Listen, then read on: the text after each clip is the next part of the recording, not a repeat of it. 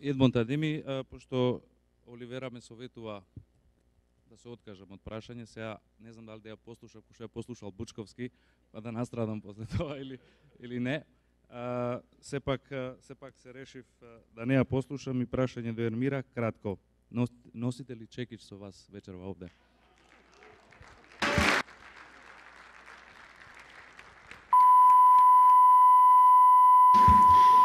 Да, благодарам на прашањето. Ако некој мисли дека јас се срамам од така наречената акција Чекич, воопшто не се срамам, затоа што јас верувам дека и таа, да ја наречеме акција, представува еден вид на политички став, затоа што ако сите се согласуваат дека она што се случува со 2014 е своевиден културолошки вандализам кој што се случува на главниот град, тогаш јас верувам дека е возможно и не би требало толку трагично да се сфати тоа што на еден вид културолошки и мегаломански вандализам се одговара со идеолошки вандализам.